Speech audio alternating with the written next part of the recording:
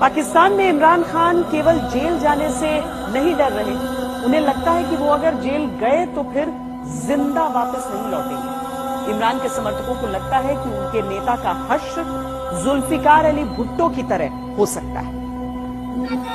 बस बस बस बस बस सुनो जरा। जुल्फिकार अली भुट्टो पाकिस्तान के इतिहास के सबसे ताकतवर नेता थे, फिर भी उन्हें सेना को आंख दिखाने की सजा के तौर पर फांसी के फंदे पर चढ़ा दिया गया। 4 अप्रैल 1979 को रात 2 बजे जुल्फिकार अली भुट्टो को रावलपिंडी की सेंट्रल जेल में फांसी पर चढ़ा दिया गया। इमरान खान जिस तरह से सेना को आंख दिखा रहे हैं, उसे देखते हुए उनका भी इसी तरह से हश्र होने की आशंका लगाई जा रही है। लेकिन सवाल ये है कि इमरान को फांसी देने की वजह क्या होगी? इसका जवाब कुछ लोग राणा सना